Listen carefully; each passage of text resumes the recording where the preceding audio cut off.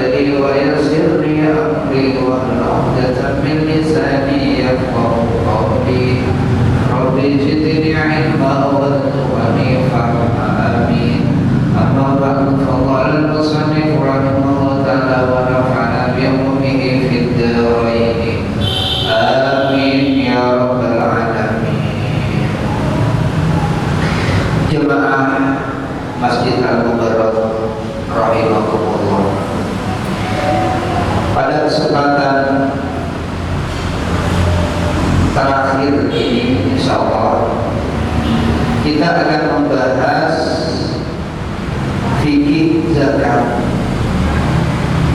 melanjutkan daripada pembahasan minggu Sabtu sebelumnya, yang mana Sabtu sebelumnya kita sudah membahas tentang fikih zakat. Maka pada kesempatan kali ini kita akan menuntaskan pembahasan fikih zakat, yaitu pembahasan tentang mustahiquz zakat atau orang-orang yang berhak untuk menerima dan diberikan zakat.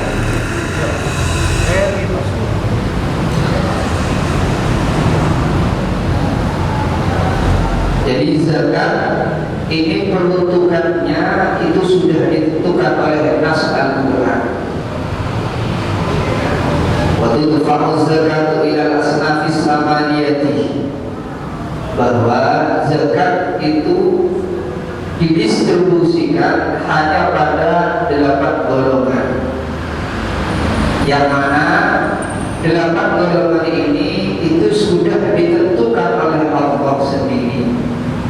Jadi peruntukan zakat itu sudah ditentukan oleh Allah, yang mana ayat yang menentukan bahwa mustahiquz zakat itu hanya terbatas pada 8 golongan, yaitu alladzina dzakarahumullahu ta'ala fi kitabihi biqaulihi subhanahu innamas shadaqatu lil fuqara'i wal masakini wal 'amilina 'alaiha wal mu'allafati qulubuhum wa fir riqabi wal gharimina wa fi sabilillah wa fi sabil al-ayat. Jadi ayat ini sudah sharih menjelaskan bahwa peruntukan zakat itu tidak bisa didistribusikan kepada selain daripada 8 golongan ini. Yang pertama adalah fuqara, yang kedua adalah masakin, yang ketiga adalah amilin 'alaiha atau disebut dengan amil. Kemudian yang keempat mu'allafati qulubuhum, mu'allaf. Yang kelima riqab, budak. Yang keenam gharimin, orang-orang yang punya hutang. Yang ketujuh adalah sabilillah, orang yang berperang di jalan Allah. Yang kedelapan adalah ibnu sabil, orang yang sedang bepergian. Hanya 8 golongan inilah yang kemudian berhak untuk menerima zakat. Kemudian ada penjelasannya. Pertama, orang yang berhak menerima zakat yang pertama adalah fuqara. Fuqara ini jamak daripada fakir atau orang fakir. Jadi dalam istilah agama, fakir dan miskin itu dibedakan secara pendefinisian. Tapi dalam istilah kita, fakir miskin itu biasanya satu orang. Jadi dalam bahasa kita sehari-hari itu termasuk fakir miskin, biasanya satu orang. Tapi dalam istilah agama itu beda. Ada fakir, ada miskin. Fakir apa atau siapa yang dinamakan fakir itu? Huwa alladzi la mala lahu wa la kasba aw lahu malun aw kasbun walakin la yarqa min hajatihi. Yang dikatakan fakir itu adalah orang yang sama sekali tidak mempunyai harta, atau sama sekali dia juga tidak punya pekerjaan, tidak punya harta dan tidak punya pekerjaan. Itu adalah fakir. Orang yang tidak punya harta sama sekali, tidak punya pekerjaan, penghasilan sama sekali, itu dinamakan fakir. Atau mempunyai harta, tetapi hartanya tidak bisa mencukupi untuk ghalabatul umri, untuk dia makan daripada sisa umur aglaknya, sisa umur biasanya, dengan kadar ukuran standar. Atau punya pekerjaan, dia tidak punya harta tetapi punya pekerjaan, namun hasil dari pekerjaannya, penghasilannya itu tidak sampai 50% daripada kebutuhannya. Di sini dicontohkan kama yahtaju ila asyratin masalan wala yamliku ila dirhamaini. Jadi dia butuh 10 tapi hanya mendapatkan 2. Misalkan dia butuh 100.000 dalam standar kebutuhan pada umumnya misalkan, tapi yang dia kerjakan hanya mendapatkan 20.000. Intinya tidak sampai 50% daripada kebutuhannya, maka itu dikategorikan fakir.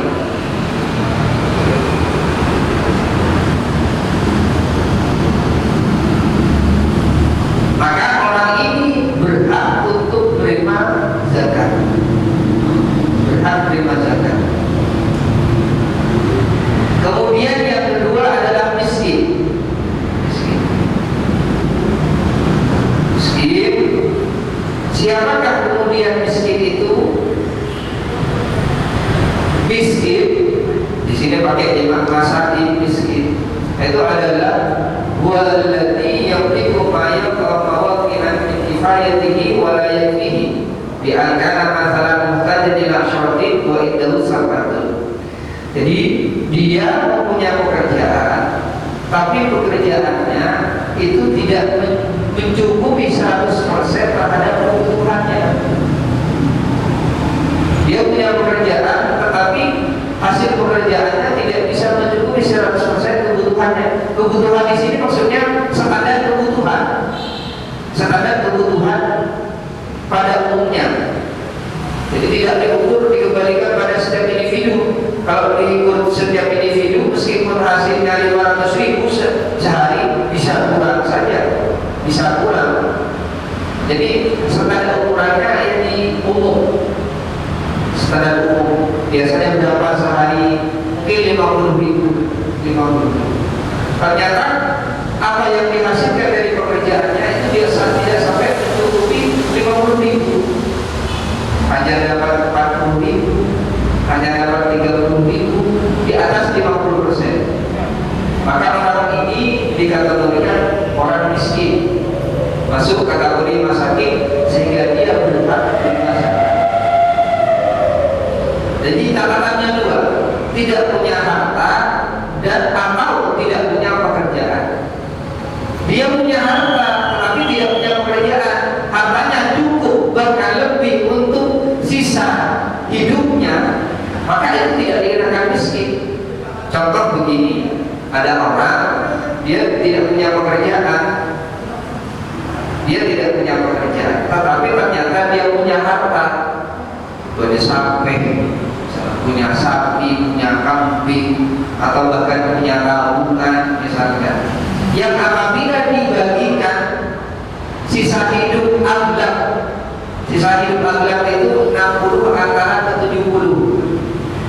Jadi misalkan dia umur 50, berarti sisa umur aglaknya kalau 70 20 tahun dibagi 20 tahun.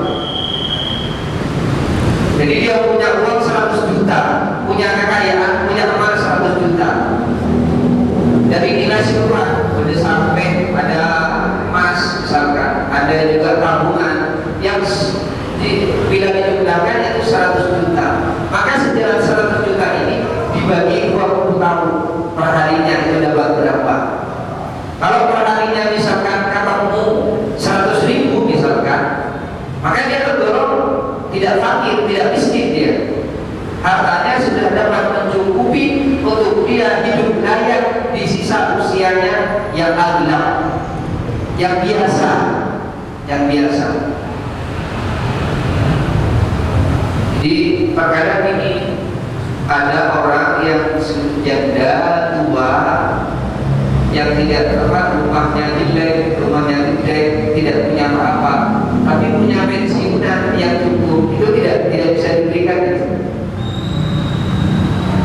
Hal ini apa namanya? Perlu hati-hatian memang. Jadi di rumah itu ada, di tangga rumah itu ada. Jadi orang yang sepuh tua dan janda ditinggal mati suaminya, rumahnya gede juga, tapi ternyata suaminya ini mantan apa namanya pekerja apa PJK sehingga dia punya pensiunan yang cukup. Jadi kalau dilihat daripada keadaannya seperti orang yang bukan menerima, makanya ini penting untuk di sini. Dan kemarin sudah akan ambil ya di sini. Saya juga diundang tapi tidak bisa ada karena kegiatan. Mereka kegiatan LDMPC menentukan, mendefinisikan bahwa orang ini berhak atau tidak. Jadi tidak hanya dilihat sekedar orang yang ingin, harus perlu memang tahu betul-betul. Berarti petugas kami di sini harus bekerja sama dengan orang-orang sekitar agar bisa benar-benar datanya akurat. Itu contoh-contohnya. Jadi terkadang di sini tidak fakir karena punya harta, bisa saja tidak fakir karena punya pekerjaan. Tidak mesti orang yang tidak punya pekerjaan kemudian fakir. Bisa saja dia meskipun tidak punya pekerjaan tapi ternyata bukan fakir, bukan miskin. Kenapa? Karena dia punya harta yang cukup untuk sisa usianya, untuk sisa umurnya. Kemudian yang ketiga adalah as-sinfus salis al-amil, adalah amil. Siapa amil itu? Walladzi istaqala al-imam ala ahli zakawat liyadfa'aha ila mustahiqiha kama Allah Ta'ala. Jadi orang yang diangkat oleh imam, presiden atau wakil dari presiden. Wakil presiden bukan wapres. Wakil presiden ini bisa menteri agama, bisa bisa gubernur, bisa pak bupati. Jadi amil adalah orang yang diangkat oleh imam untuk mengurusi zakat, baik untuk mengumpulkannya dan mendistribusikannya. Itu amil. Amil di Indonesia ini ada dua sejarah besar. Ada amil yang di bawah langsung SK-nya langsung dari presiden, namanya itu BAS, Badan Amil Zakat Basnas. Itu Basnas ini langsung di bawah presiden, SK-nya melalui langsung SK presiden. Atau kalau di daerah gubernur, kalau di kota ya di sini misalkan ya dari bupati, tapi pusatnya presiden. Yang kedua adalah LAS, lembaga amil zakat. Lembaga amil zakat ini SK-nya itu diterbitkan oleh kementerian, dalam hal ini Kementerian Agama, menjadi wakil daripada presiden untuk hal ini. Lembaga swasta, bukan lembaga pemerintahan. Makanya biasanya setiap ormas itu ada, seperti NU itu sudah punya lazisnu. Terus ke bawah, di tingkat provinsi, juga di tingkat daerah, bahkan di tingkat kecamatan, bahkan di tingkat desa. lembaga pengelola zakat yang resmi dari pemerintah untuk di negara kita, maka kita boleh bekerja sama atau minta izin atau apapun bentuknya kepada dua lembaga ini. Bisa las, bisa bas, bisa las, bisa basnas, bisa najis, itu bisa keduanya. Alhamdulillah ternyata di Masjid Al-Mubarak ini sudah kerjasama dengan MUI di Najisno. Sekarang sudah terbit. Artinya apa? Artinya pengumpul zakat di sini sudah resmi menjadi amin bentukan pemerintah, sehingga orang yang berzakat kepada Masjid Al-Mubarak ini tidak perlu khawatir. Artinya begini, andaikan ada kesalahan pendistribusian oleh pihak Masjid Al-Mubarak, zakat yang telah diterima yang telah dilakukan oleh Muzaki itu sudah sah. Jadi konsekuensinya ditanggung sendiri oleh pihak Masjid Al-Mubarak.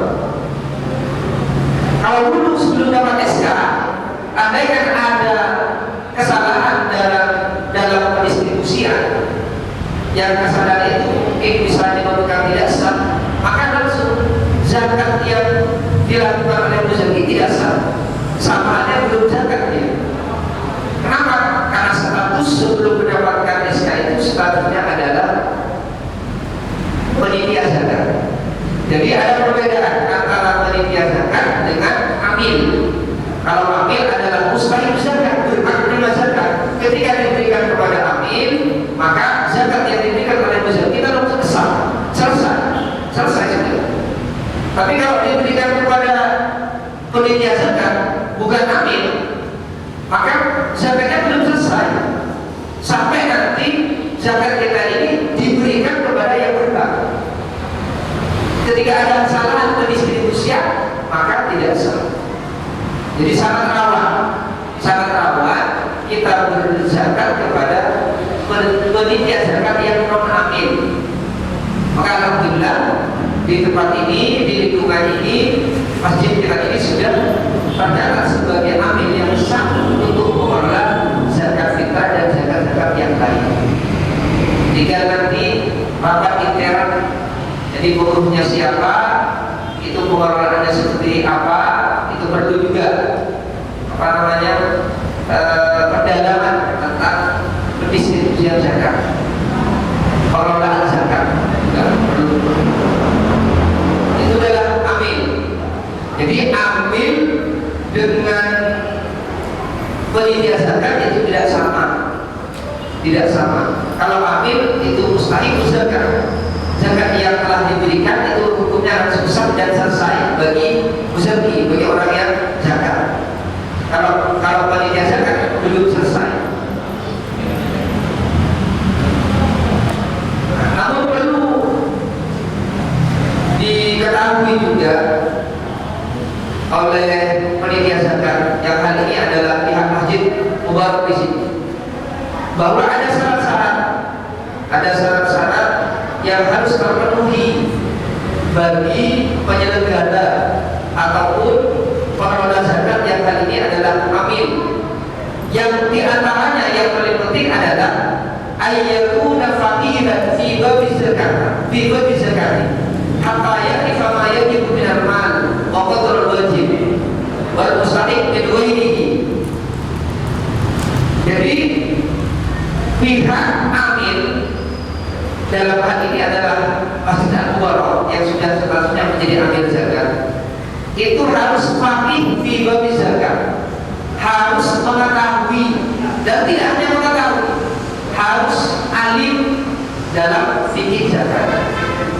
Makanya para pengurus yang telah dibentuk sebagai pengurus alim zakat ini harus khusus bab zakat, harus belajar, banyak membaca tentang bab-bab zakat. Sampai di sini terlihat ya ifah mayajibu dan sampai mampu kemudian mengetahui mana harta yang wajib zakat dan mana yang tidak, mampu membedakan mana orang yang wajib zakat dan mana yang orang tidak wajib zakat,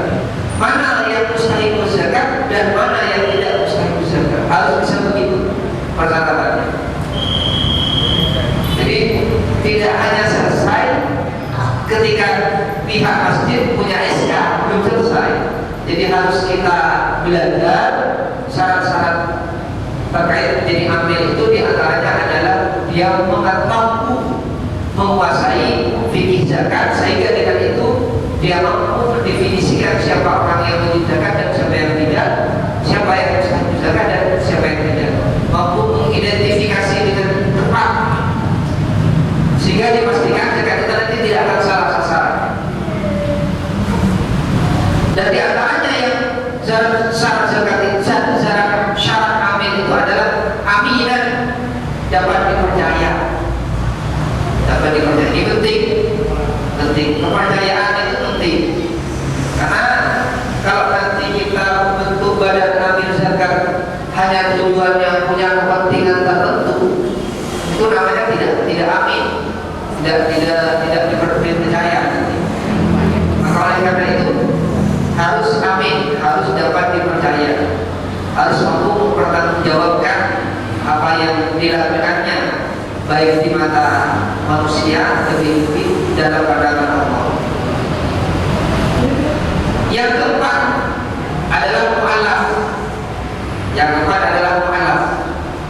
Mu'allaf itu adalah orang yang baru masuk Islam, tapi tidak semua orang yang masuk Islam.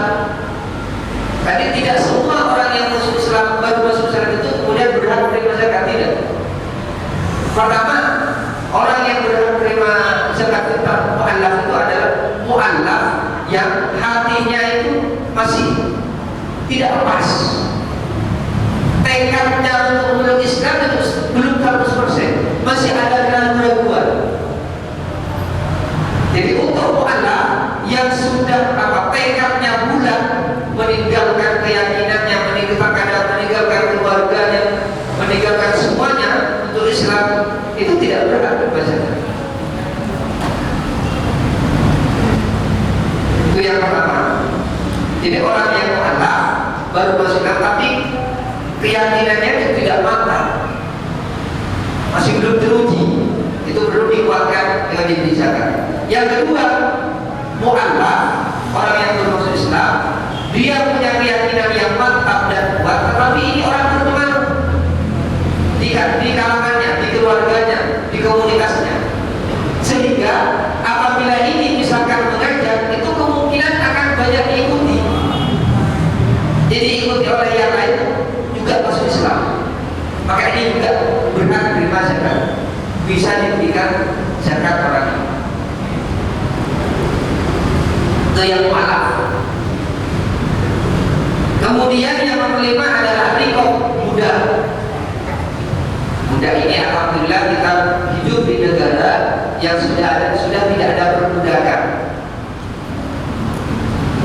Tapi tidak lama juga kita tahu bahwa budak itu berhak menerima zakat, tapi tidak semua budak yang berhak menerima, budak yang berhak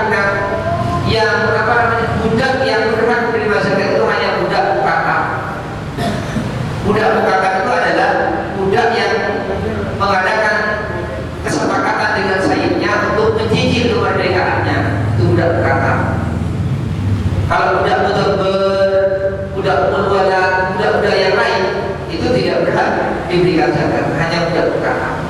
Budak yang bersepakat dengan sayyidnya akan kemerdekaannya dengan cara dicicil, maka cicilannya itu boleh dilunasi daripada dana zakat untuk melunasi cicilannya itu.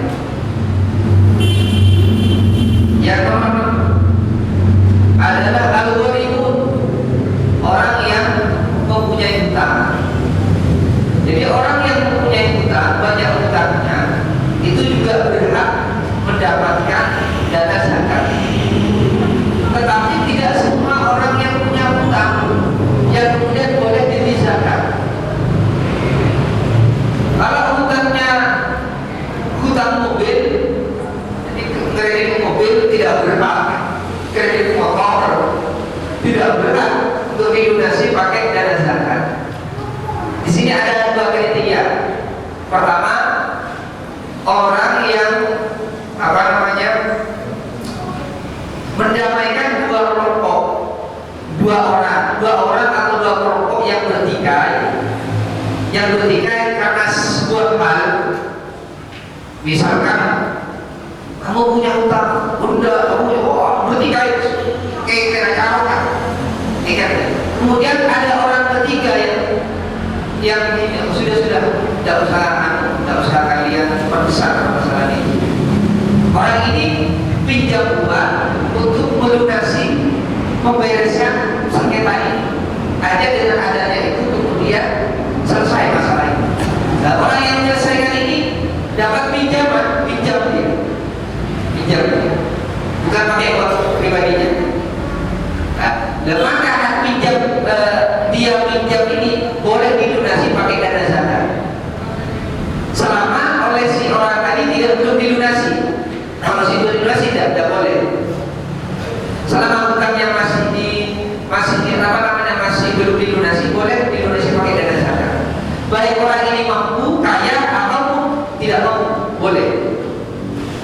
Yang kedua, orang yang punya hutang yang memang untuk kehidupan sehari-harinya. Jadi kebutuhan sehari-harinya. Kan terkadang ada orang terjebak masalah kemudian punya hutang, akhirnya terus hutang kanan kiri depan belakang, akhirnya terjerat hutang. Sulit untuk keluar, untuk bisa bayar hutang harus hutang lagi, terus gitu. Misalkan ada tetangga kita yang seperti itu, yang mana hutangnya dia memang untuk keluarga, itu boleh dilunasi pakai dana zakat. Atau misalkan dia berhutang, catatannya bukan hutang untuk anak, kadang-kadang dia punya hutang karena karena game, main, baik yang offline atau online. Kalau begitu jangan dilunasi pakai dana zakat, kecuali dia tobat. Dan memang betul-betul tobat. Jadi yang sebulan tidak pernah wajib, kadang-kadang orang kemudian dia tobat, benar-benar tobat, itu masih boleh kalau benar tobat. Tapi kalau masih gini, ya bisa kalau dilunasi saya tobat. Kalau begitu udah masih belum berhak. Ya kalau hutang saya dilunasi saya tobat. Kalau masih begitu belum berhak, tidak boleh diberikan dari dana zakat.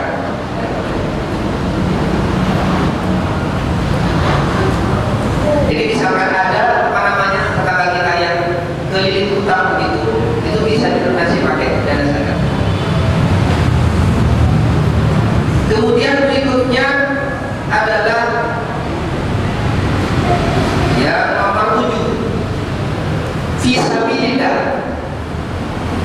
Fisabilillah ini artinya itu adalah orang-orang yang berperang di jalan Allah. Al-Ghuzatu allati la rizqa lahu.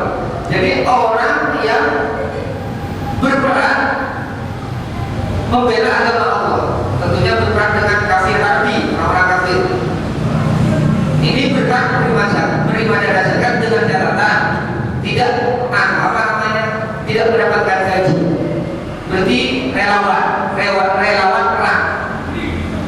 Kalau prajurit TNI misalkan kan mesti dapat gaji, tidak berhak.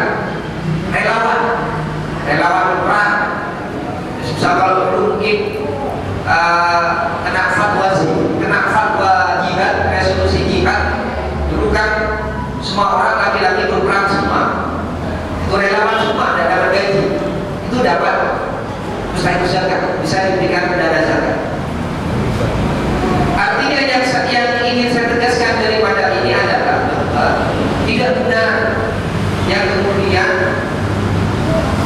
sabilillah ini diartikan setiap jalan menuju Allah. Akhirnya memasukkan guru ngaji, ujul khairat, semua jalan-jalan kebaikan, dikasih guru ngaji, dikasih ke kiai, dikasih ke lembaga, dikasih ke masjid, dikasih perbaikan jalan, itu tidak.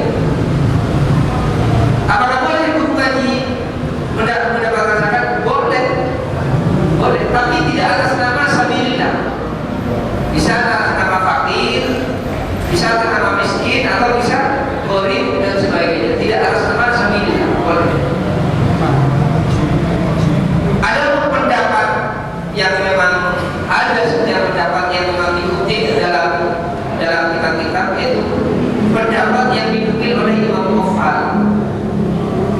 Dan ini bukan pendapatnya Imam Qofal, pendapat yang diikuti oleh Imam Qofal, yang kemudian setelah ditelusuri ternyata pendapat ini tidak ketemu siapa yang berpendapat. Makanya oleh ulama ditampilkan dalam kitab agar tidak diikuti.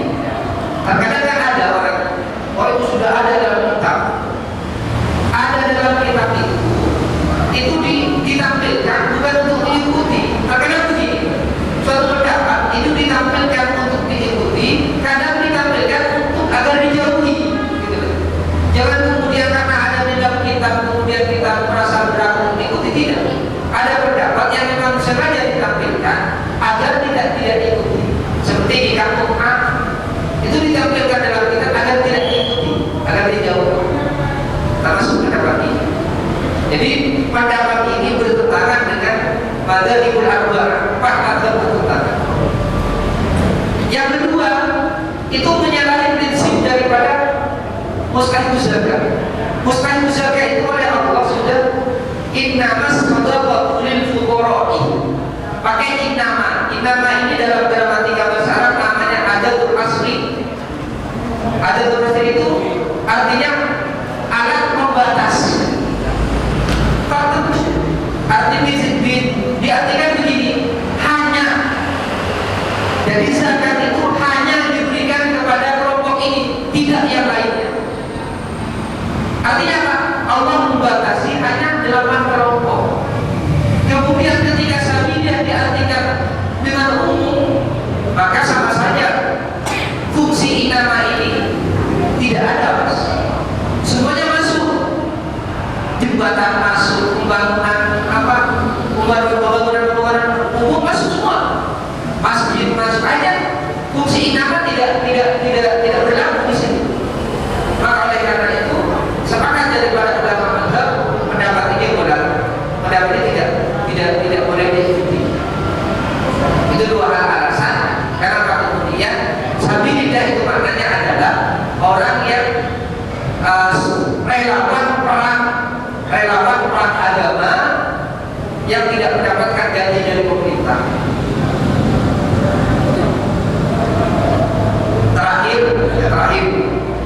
Terakhir adalah sabilillah, orang yang berdiam, yang mana dia kehabisan sabuk, kehabisan bekal.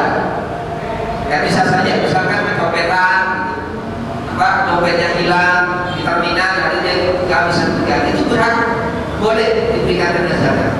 Orang seperti itu. Tapi untuk sekarang dia sangat minim sekali.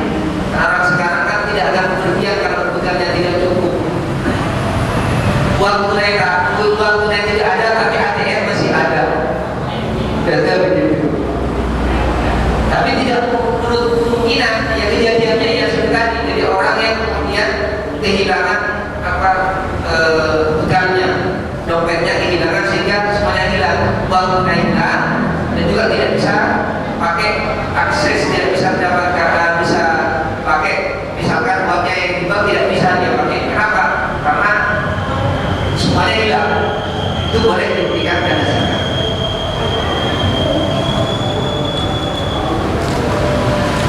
Jadi demikian pemaparan dan penjelasan orang-orang yang berhak untuk mendapatkan